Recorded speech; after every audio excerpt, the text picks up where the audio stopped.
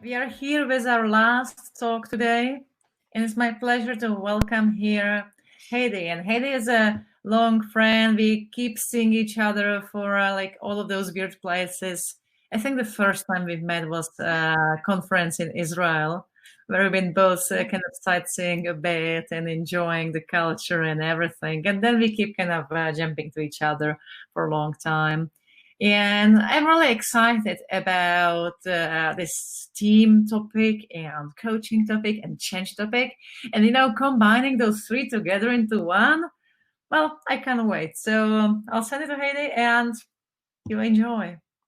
All right. Well, thanks so much, Susie. It's nice to be at this wonderful global online event. And before this all got started, I was saying, wow, isn't this incredible what this team has put together? And it's already the second rendition of this conference series, and it's truly impressive and truly adaptive. And I really appreciate the invitation, Susie, and to be a part of this. And for those of you who don't know me, I'm so happy to meet you for the first time. I look forward to your questions, and I just want to introduce myself. My name is Heidi Helfand. I'm out here in Southern California, just a little bit north of Los Angeles, and I work at a company as a practitioner. I work at a company called Procore Technologies, and at Procore, we make software for the construction industry. So our vision is to really improve the lives of everyone in construction. And we do that through our mission, which is to connect everyone to our platform. And so it's wonderful to be at Procore. I've been there for about 3.5 years, and I work across R&D. My title is Director of R&D Excellence, and I work with our product managers, our engineers, our UX, our quality assurance, and just really kind of coach teams through change is one of the things. And then I have an initiative where we're diffusing lean agile techniques and helping all of our squads get better at forecasting when work will be done. And so I was just teaching for 2 hours some advanced forecasting techniques. So I'm really happy to be here now. So we're going to talk about a different topic. We're going to talk about coaching teams through change.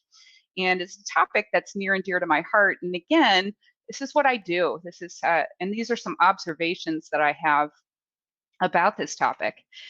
And if you can see here, I'm talking about a structural change, right? I'm going to start with a little bit of a story. So I was on a team once, and we had a relatively flat structure, as you can see on the left. A bunch of different contributors, let's say, and we all reported to one person. And we did that for about 2 years. So we'd have our team meetings. We'd have our online channels where we would send each other messages, right? We would sit near each other. We had all of this stuff in common. As time went on, though, things changed in the company.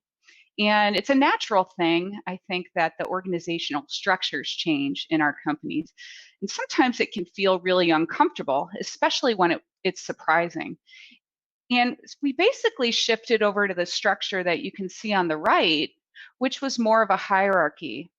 And for me, being on this team, I guess I didn't really see it coming. And it made me feel really uncomfortable at first and really kind of triggered and really sort of like, oh my gosh, everything's going to be different. Like, what am I going to do? like, how do I feel about this? Like, I knew I felt something, but sometimes it was even kind of hard to put into words. And what happened here is that peers became managers.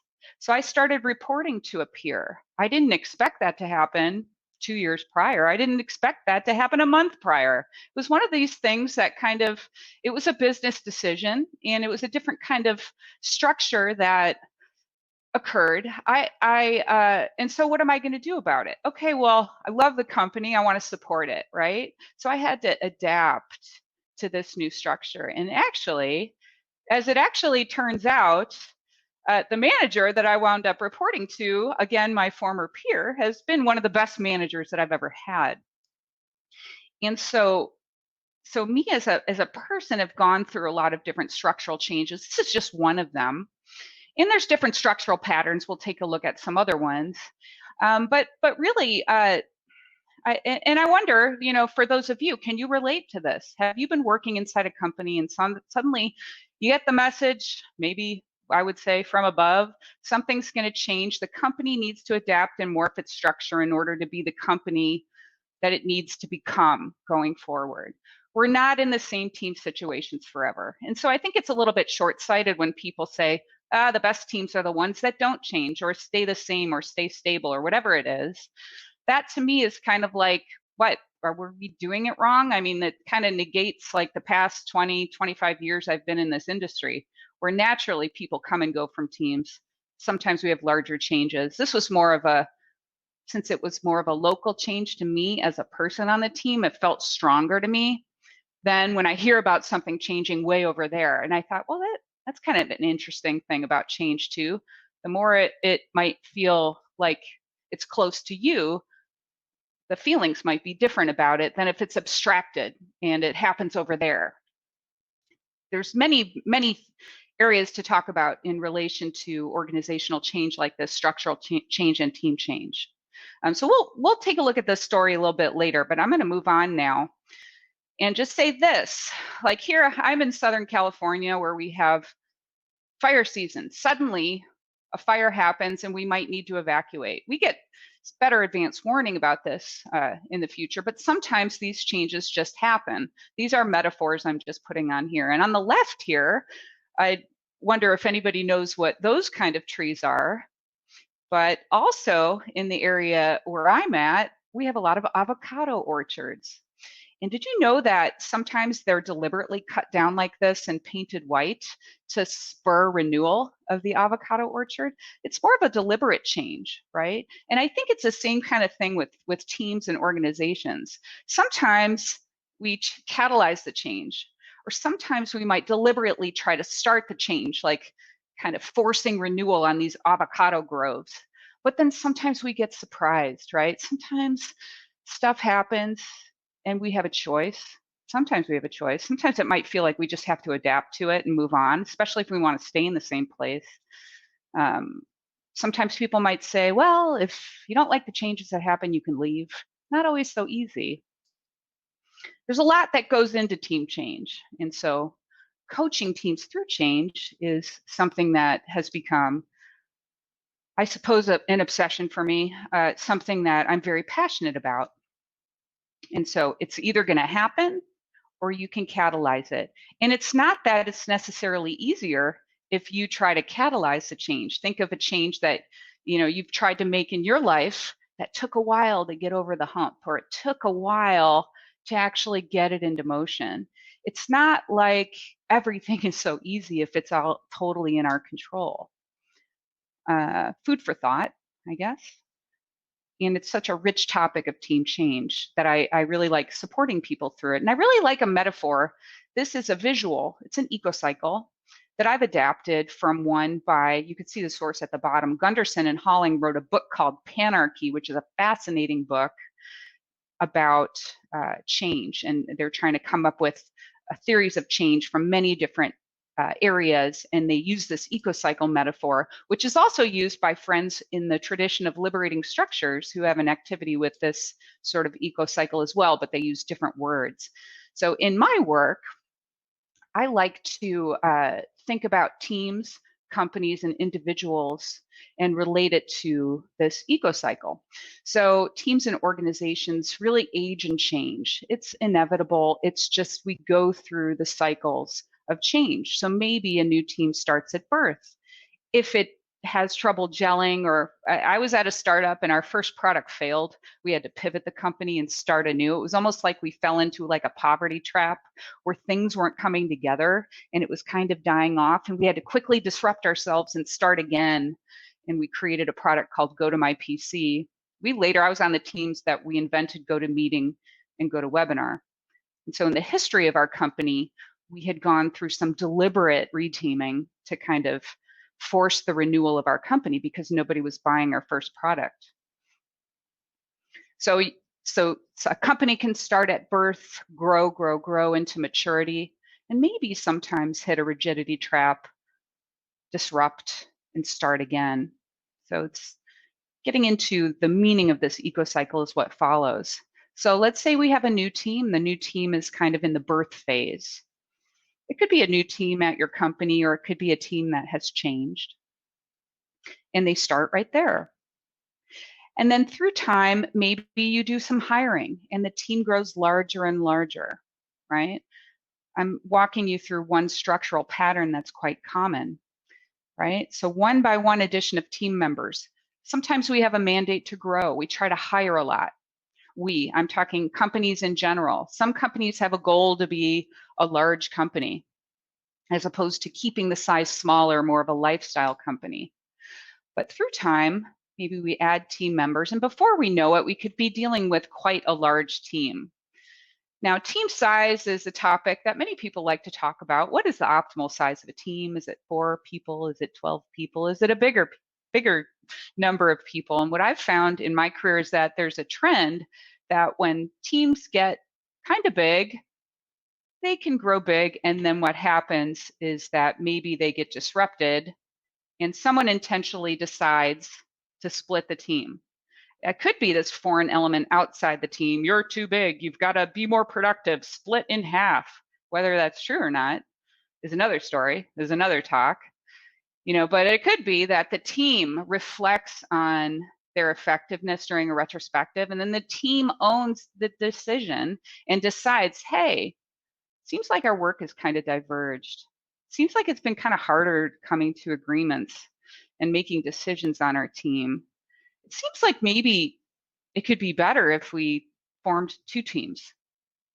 Oh yeah, then maybe our meetings wouldn't be as long as they have been, or maybe we could better we'd all be interested in talking about the work of the team as opposed to we're all working over here on this stuff and they're working on this stuff, and it really doesn't seem to have anything to do with my day-to-day work, and I don't want to pay attention and stand up. And by the way, stand-ups are a lot longer than they were. There's a lot of factors that go into this, but I find that I love to empower teams to reflect on their own compositions and then determine how to shift. And it could be that, hey, this large team that we saw on the previous slide, that large team, maybe they want to experiment with some different facilitation techniques to help them be more effective with the large team size. And that's totally valid. I'm not saying bust up all your teams, split them up. I'm certainly not saying start reorganizing all your teams after this talk. I mean, sometimes that happens after I speak. So I want to make that clear. Team change is not to be taken lightly, especially when you deliberately try to change the composition of many, many teams. It requires very careful planning and risk management. But anyway, at some point when teams grow big, there is a trend when companies grow bigger as well to have some kind of split, have some kind of reorg, have some kind of restructure. Because of this rigidity trap, if you notice towards the right, it says rigidity trap. We have poverty trap on the left, rigidity trap on the right. Sometimes when things get big, you might notice if you've been at a startup that's grown up in size, there's more people. You need different policies and procedures. It's just, you need different ways to manage all of the people. Centralized systems emerge. Suddenly you have a badge and all the doors are locked, and in order to get in the building, you have to have a badging system. I've been at 3 companies on the day that the badge arrived, and it's a really kind of visceral point in the growth of the company, right? I've been at 3 startups. The first startup I was at was 15. I was the 15th employee. I left at 800. The second startup I was at, I was the 10th employee. I left at, I think, 650. And then the third company I joined later at 800, and it's now 2,000. So a lot of the work that I do and the stories that I tell are based on the experiences from my real experience. But then I've also interviewed people around the world for the writing of my book, which is called Dynamic Reteaming, which I'll show you a picture of that later. It was just, second edition was just launched. But anyway, through time, teams get disrupted. And then, so for that case where that team grew big, the structural result a lot of the time is the formation of 2 brand new teams, 2 different teams. Sure, there are people that have been together on that one big team, but they're really kind of starting anew on this Ecocycle again. This is only a metaphor. I think it's useful for myself in thinking about these structural changes. But here's the thing. I'm talking about structure right now. I'm talking about each of the people that are forming in the teams. It's a structural change. So other structural changes occur. And in the research that I've done, interviewing people all over the world, and then again from my experience as a practitioner, I've noticed that there are 5 patterns of these structural changes. I've been talking about one of them so far called grow and split. A team grows big and then it splits. This example, it's splitting into 2. It could split into 3. I've seen that as well. It just splits or it changes. Another pattern I've also mentioned so far is the one-by-one addition of team members. So we talk about things like onboarding new team members. It could also be when somebody leaves a team. People join teams and people leave teams, and those are both structural changes. Isolation is another structural change, that pattern that happens in teams. That first startup I was talking about before, we were going to change the world by making an online screen sharing service that offered tech support. So you could connect to one of our experts. It was called Expert City. You can connect live with an expert who could see and control your computer and solve your computer problem. Nobody wanted to pay for that. The company had to pivot. So one of our founders formed a small team off to the side. Isolation pattern is what I call it years later. And that team is given process freedom to move fast and kind of renew the company. And we created a software called Go to My PC, where you could see and control somebody's screen remotely. I was there as a writer on that team. But isolation is a pattern that you can apply to kind of help stimulate innovation in an enterprise. You could also use it for emergencies. I was at another startup. We created our first product and we realized it was too slow. We had all these performance issues. So we had a team off to the side they were pretty much in a conference room for 2 weeks, calling in consultants, figuring out what do we need to do to optimize our performance. And they figured it out, and then they disbanded and went back to their teams. It's an isolation pattern. It's an exciting pattern. Merging pattern is one that we might see when 2 companies combine or when 2 teams combine. There's a story in my book about Trade Me in New Zealand. William Them was an engineering manager there and talked about combining teams so that the engineers would have more pair programming variety. So they deliberately created a larger team to attain this, to optimize for variety of pair programming. Now, isn't that cool? It's not always making things smaller and splitting them off. It's kind of the opposite of the grow and split pattern. Companies merge together, other changes ensue. Not always the happiest of changes that we want to hear about. Sometimes when companies combine, there are duplicate roles, and then some people are asked to leave. It's a hard topic to talk about because it's so personal, and so there is, not all of this stuff is glory and roses, as I like to say. There's some like really challenging things about the topic of organizational change and structural team changes like this. I've been a part of, when I was consulting at one point, I was around when so many people were being laid off, and just rips your heart out. It can make you physically sick. Just thinking about it is kind of like, oh, it's just, really heavy. But, if we don't talk about this stuff, how are we going to get better at helping people through it? Coaching teams through change definitely is about this topic as well. So switching is the final of these structural patterns that came up in my research, and it's really when somebody switches to another team, usually for personal reasons or fulfillment reasons. Maybe somebody wants to learn something new and they have the opportunity to do that area of knowledge work in another team. It could be that they want to work with different people. It's totally valid to not want to stay in the same team forever. We might feel like we're in a rigidity trap or stagnating if we're stuck in one team forever. But Heidi, what about forming, storming, norming, performing? Our teams get better if they stick together. Well, not necessarily. And if you've worked anywhere for a number of years and haven't switched roles or haven't switched teams, I would kind of wonder, like, all right, well, maybe that works for you. I'm not trying to say that switching teams is best for everybody right now, but people just come and go from teams, in my experience. And sometimes we just want to learn something new with different people. Some companies also deliberately switch people from team to team at a controlled cadence for deliberate knowledge sharing, for the deliberate sharing of of work. I remember I was at a company and there was one team that was really working on the commerce related features, and a lot of money was being processed through the code that they wrote. And this company wanted another team to be good at that. So they took 2 engineers and put them on that other team, and they started sharing that knowledge. And then after a while, they went back. And so you could build deliberate resilience in your teams through switching. So these are the 5 patterns of dynamic reteaming. And I'm looking at them here today in the lens of structural changes, because it's just not this easy, right? Okay, let's split the team. All right, we're going to merge 2 companies together. I don't mean to trivialize this stuff, because this stuff is hard. That's why I wrote a book about it. That's why I really wanted to dig in and try to understand a lot of the human factors behind reteaming as well. Because it can be a bumpy ride, especially if we're surprised, right?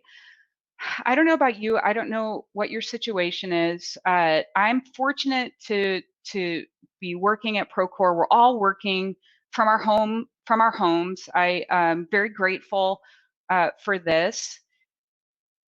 But none of us saw COVID coming. We had no idea that our lives would shift like this. I mean, it's been a big surprise, and I think people take different amounts of time to adapt to the situation. And we all have different stories in relation to COVID. I'm, grateful to be healthy, and family and friends as well. And I know it's not the same story for a lot of other people.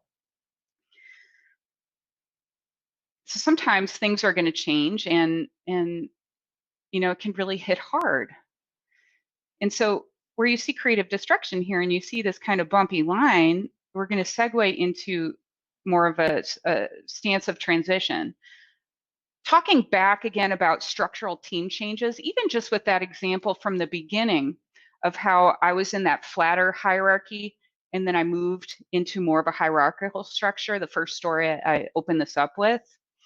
I find that the lens from William Bridges, he wrote this book called Transitions, Making Sense of Life Changes.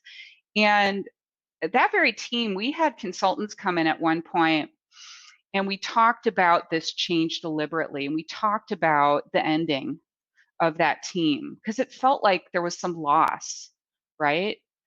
We were reteamed over to this new structure. It was through a series of one-on-ones. And after some time, they got us together so we could process it as a whole group. And we talked about the fact that some of us are now peers are some of our peers got promoted, and we're reporting to them. Some of them became vice presidents. Like we talked about this whole change from like a human perspective, and it really kind of helped to process it. It was really heavy for me. I mean, it wasn't like I'm going like this because I remember feeling pain right here.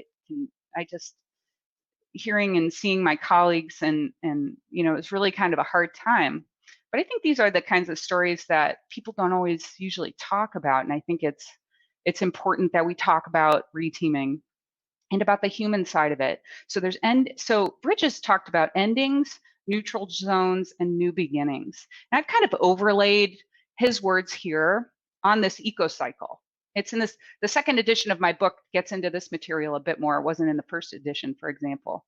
So we have the ending of that team that was flat, and we got together to process it. This neutral zone is kind of that feeling of being in between. You're not quite over the change and up into a new beginning about it.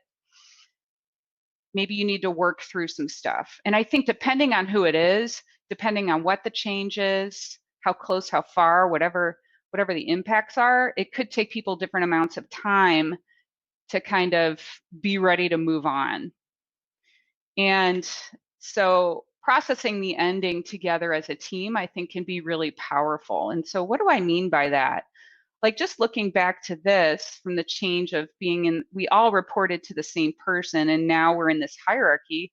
Many of us don't, it's when companies grow big, sometimes people are moved farther away from each other. That was kind of another thing that happened here. We can always still reach out, but you're not necessarily together day to day with the people. And so even talking about, well, what are things going to be like, right? Before we even do that, though, you can use the Ecocycle as a tool to like visualize where people are. I remember I was teaching a workshop in Florida, And there were some participants in the workshop whose company was merging with another company. And we did this activity. I said, just place yourselves on the Ecocycle where you think you're at.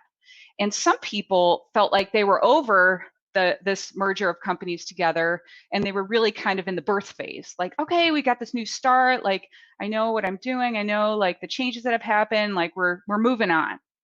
But then other people were like deep in the throes of this big change, back towards like creative destruction. And so it seems like the structural change happened, but as humans, I think there's like this transition time, or this kind of, what's your time to adapt, is something an SVP said to me once. Like, our company can get better at our time to adapt. And I heard that, and I was like, gosh, isn't that interesting? How do we do that? How do we get more adaptive? How do we get better at our time to adapt? Because sometimes, like, especially if you have to reinvent your company because nobody's buying your product, it's like do or die. Like, your company will go away unless you pivot. Sometimes you feel that urgency, but other times with changes at work, maybe you've been thrashed. Maybe there's been reorg after reorg, and after a while, it's almost like you roll your eyes. Another one. That could be the case. You might see it a little bit differently or more cynically. There's a lot of stories about reteaming, I think, that still need to be told. So what can you do? Mark the ending with a ritual. This is kind of a fun story. Unruly in London, I interviewed Rachel Davies for the book, and she told me a story about one of the first teams at her company where she used to work, and how when the first team split, it was kind of the splitting of the fellowship. So they had a party with a Lord of the Rings inspired cake, and they marked it with a ritual. And so years back, you could people would remember that, oh yeah, when our company, our startup grew and we split into the two teams instead of one, we had this ritual with a cake. And maybe that carried on. So one thing you could do is mark endings with a ritual. So determining what to bring forward. So these are other things that you can do in your own team if it changes, or when you're coaching other people, if you're doing that. So you can determine what to bring forward. Are you still going to have that Monday lunch where you all met and had omelets, right? Are you going to have any new channels in the internal chat tool that you use in your company? Some of these are you still going to be in the old ones? When I got moved from one team to another at one point in my career, I was taken out of the old Slack channels, and it killed me. I was like, because I looked and I was like, oh my God, they're not there anymore. My day-to-day looks so different. I could see that being as even more pronounced in this kind of distributed world that we have now, distributed work due to COVID. What about our existing meetings? So we don't want the old crusty meetings that we don't need anymore to carry on. So looking at those and kind of redoing the meeting structure is helpful. Back in the day when we worked in person, maybe how the desks and everything would be reorganized, one team to two, maybe some desks move over here, or we restructure the workplace. Do we need to update our ticketing systems? If anyone is using workflow software that lets you manage your work, sometimes you need to make changes in that kind of stuff. So you can determine whether you want to keep some of the similar practices or change them. You might need to add something new. And again, I think with time, people move through these structural changes, and sometimes people leave. And that's fine too, if that's what they want. I mean, sometimes that happens.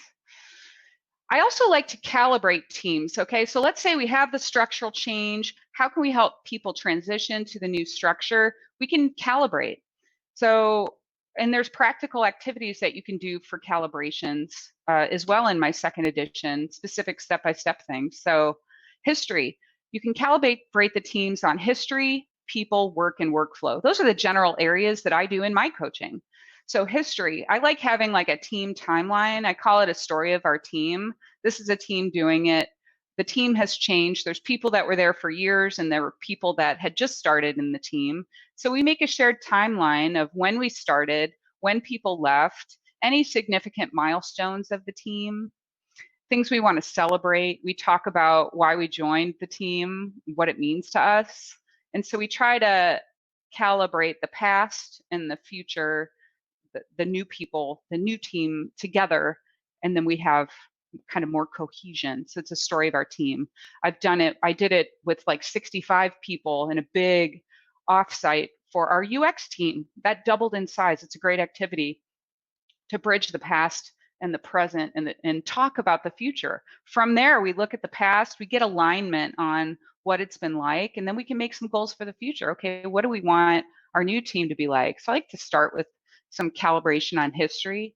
Then we can talk about people. There's great market of skills and roles activity from Lisa Atkins and coaching agile teams. I combine it with role clarity, because if you hold constant the roles, when you switch teams, it makes it a little bit easier.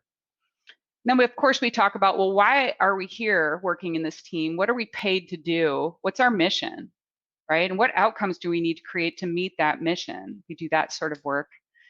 And then we talk about our workflow, how we want to manage our work and how we want to forecast. Now, on an individual level, coaching individuals through this, and this stuff happens. This is the panarchy concept. That the changes can happen at many different levels. Above company level here, I would put planet Earth, COVID, right? It's impacting all these different levels here. But down to even the person level, different, depending on what the change is, the timing, what we have going on, how we feel about it. On an individual level, I think noticing how we feel about it, channeling our thoughts, talking to our managers, maybe journaling about the ideas, getting distance from the situation. When I was consulting at a company that was going through layoffs, it was a really good time to get a little bit of distance from the workplace, because the elephant in the room is this big change going on. It's hard to focus. So there's coaching we can do for individuals. I'm a coactive coach. I kind of hold that lens about it. I think some of the most useful advice I've gotten, and I'm finishing up here, by the way, some of the biggest advice that I've gotten at a personal level is to really anchor, like if I can spend some time transitioning through the ending, through the neutral zone to the new beginning, if I give myself some space, takes me a little bit of time, maybe it takes me a week or two, depending on the change. I don't know, I haven't measured this. Sometimes when you're shocked by a change, it takes time to adapt to it. But then when you're ready, maybe we can reframe. Okay, things are different now. So based on these new conditions that I have, that happened, maybe they happened, I didn't want them to happen, but it was just a fact that it just happened. And I have to press on or leave. So determining the impact you want to make is some advice that I had gotten. So first, identify the impact, right? What do you want to have come true in the future, okay? For example, I want people to work at more of a sustainable pace. Like that's the impact that I want to have. And so the outcomes I need to create in order to really kind of influence having more of a sustainable pace is I want people to learn about and focus on cycle time stability. I want people to have stable cycle times that they can use to forecast. But I want to encourage not working yourself the fastest you can and getting a real low cycle time. I want cycle time stability. That's my goal, because the impact I want to make is the quality of life for the software engineers. They feels good. It's like focused on health.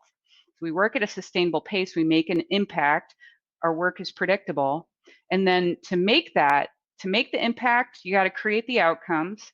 To create the outcomes, it's best not to go alone. So how can you recruit partners with you in order to create the outcomes? This was one of the most resonant pieces of advice that I've gotten in my career. So yeah, there's that. So I guess in closing, reteaming is inevitable. Sometimes you want it to happen, sometimes you don't. Sometimes you create it, and then you move forward. It's inevitable. You might as well get good at it. I'm Heidi Helfand. I thank you so much for the opportunity to speak here. I've really enjoyed it. If you're interested in reading my book, you can actually read it for free. This is a code. You can go to O'Reilly.com, my publisher, and they have a code here. You can read it for free for 30 days if you use this code, Helfand20, and you can read it in its entirety. And I love that they have this, and I'd love to hear any feedback that you have. This is how you can reach me, HeidiHelfand.com.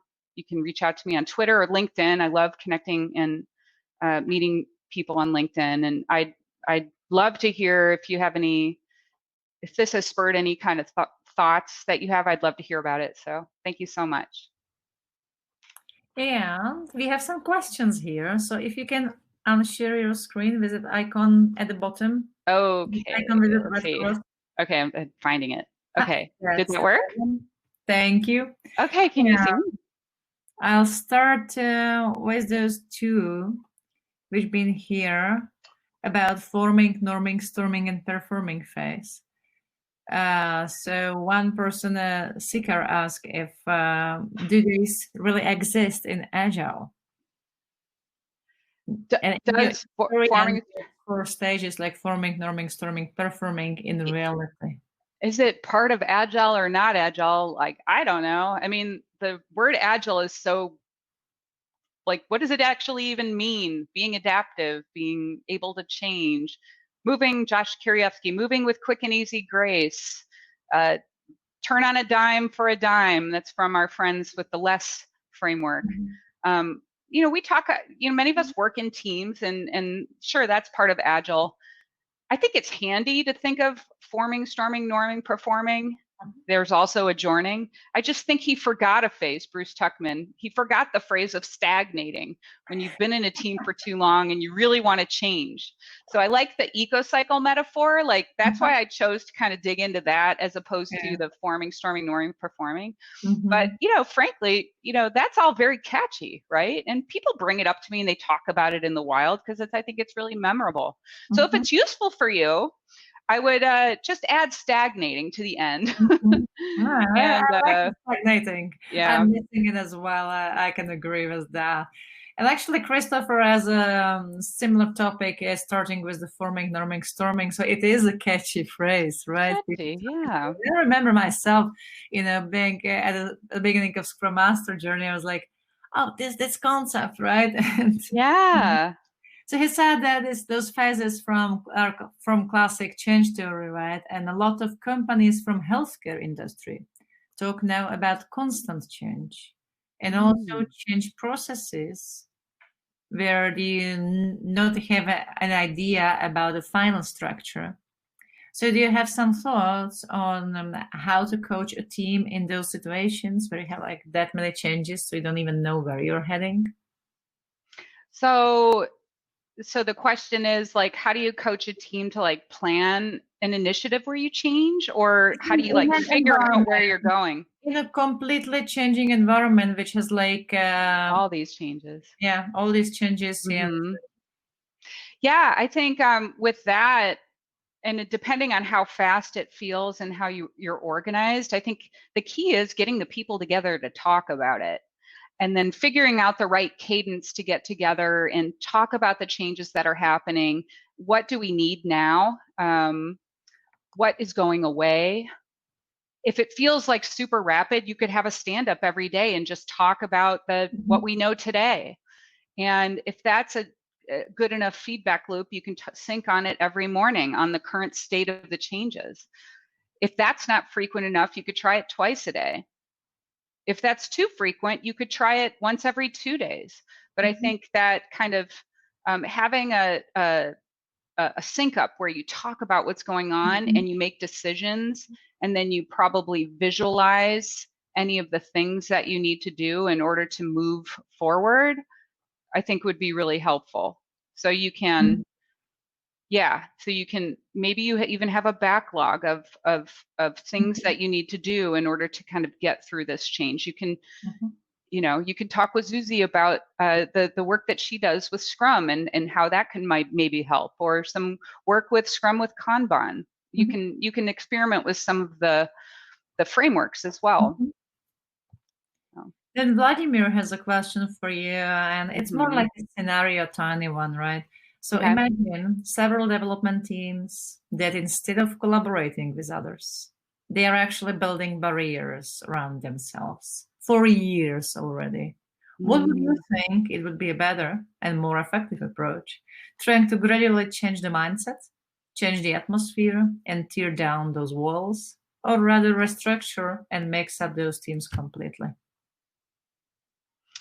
It's hard to give that specific advice because I don't want anyone going and implementing it without knowing more information. But I think that the right place to start is getting curious and understanding kind of the landscape. So let's say I was joining in. One thing I would do is talk to people at different parts of this organization and kind of try to understand what the world is like from their vantage point. You really need to have kind of a detailed kind of assessment and then make some specific recommendations. So could you try that internally, have somebody coming and have somebody that's already there kind of interviewing?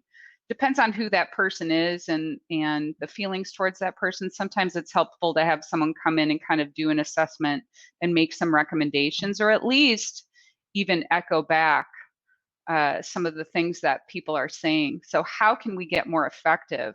One of the things, actually, it wasn't exactly a similar thing with those silos. Sometimes as companies grow, I think because there's so many people, we might grow apart and there's less collaboration than there used to be.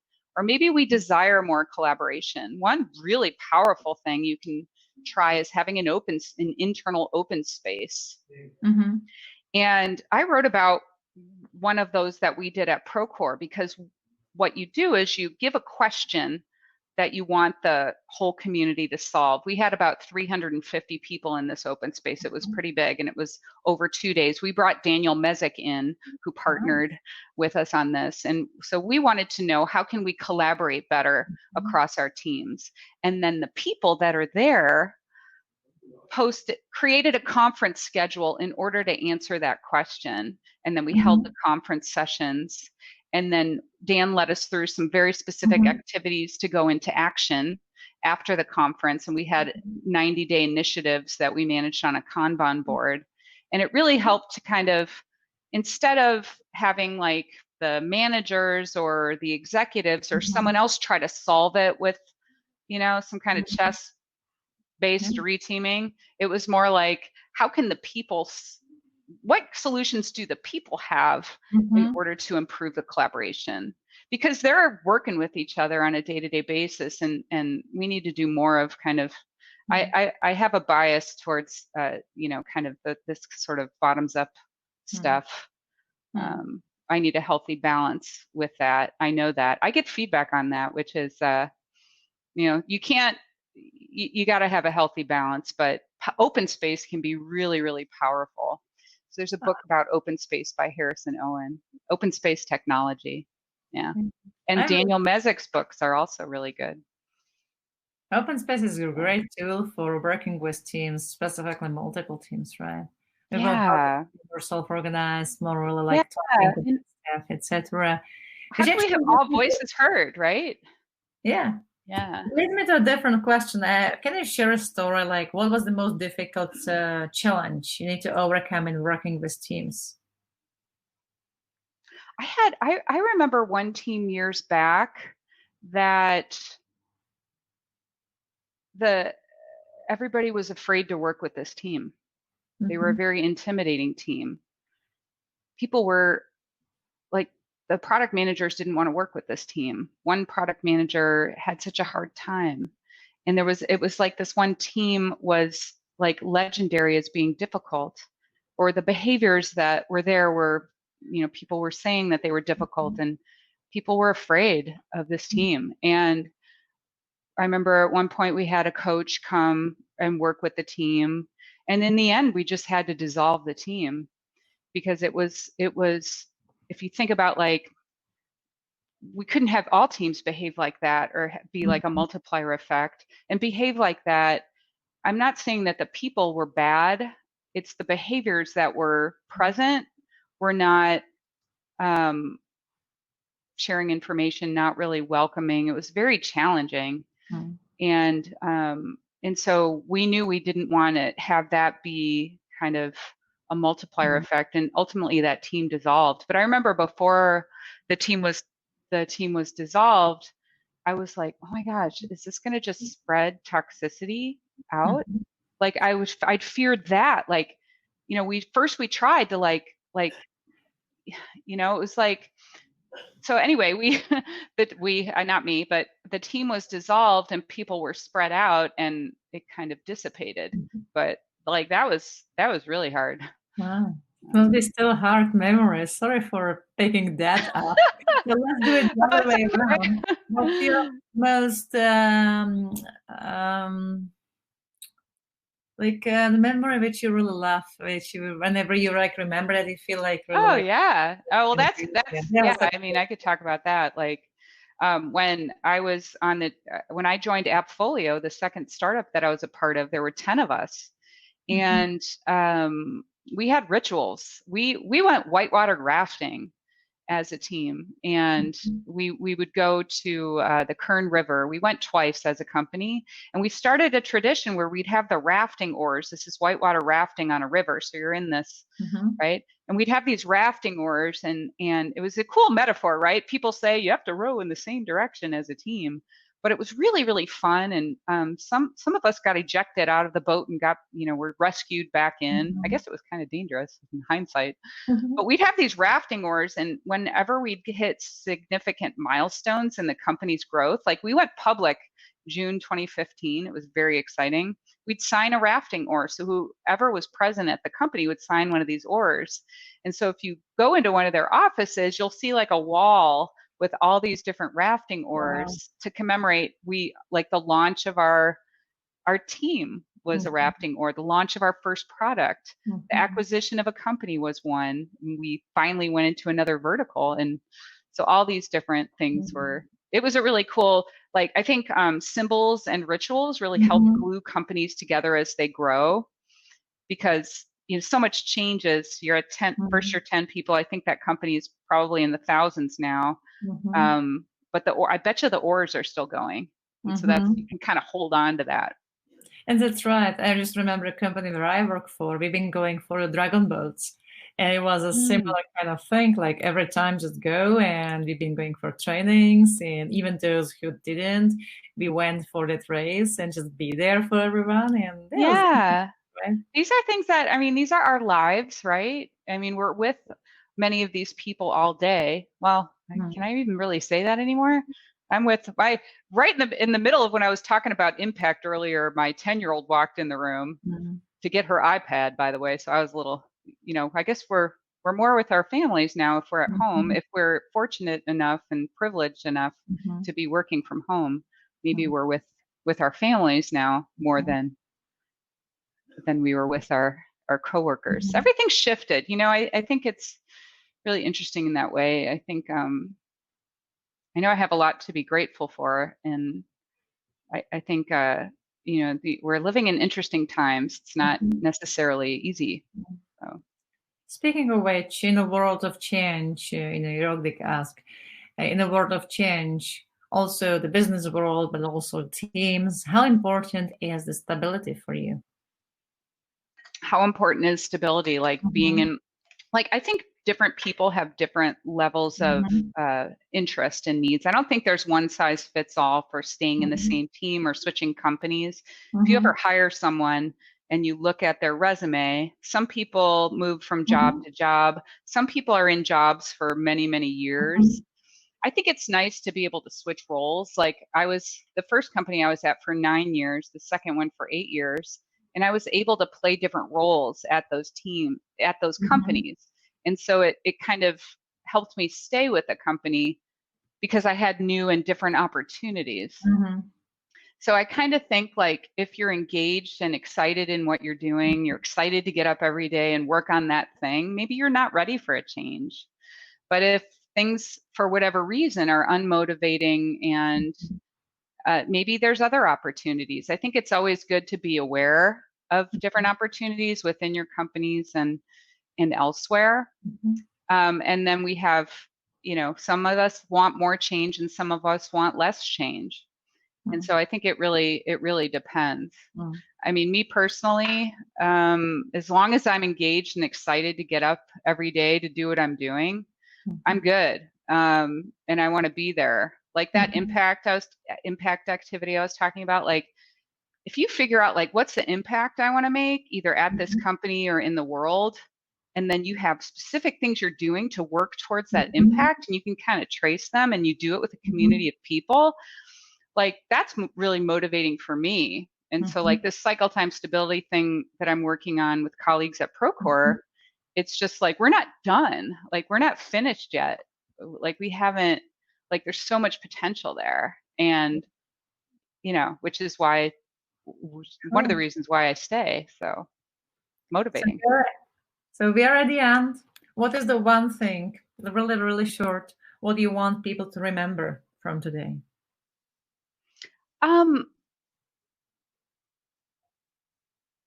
What I want you to remember is I appreciate the time with you. I appreciate the fact that you're working on your professional development by attending conferences and connecting with colleagues. I would encourage you to reach out to people, say hello, foster connection, and keep learning. Okay, keep learning. Thank you very much. Thanks for joining us here on our second Agile 100 event. Yeah, yes, my pleasure. Thank you also from my side, Heidi. It was really, really good. I knew some of the aspects from your last year's talk at Agile Prague, but I certainly enjoyed hearing a bit more the whole story and the things coming better together, especially given that examples you provided with the current situation. Thank you so much. Yeah, thank you, Saurabh.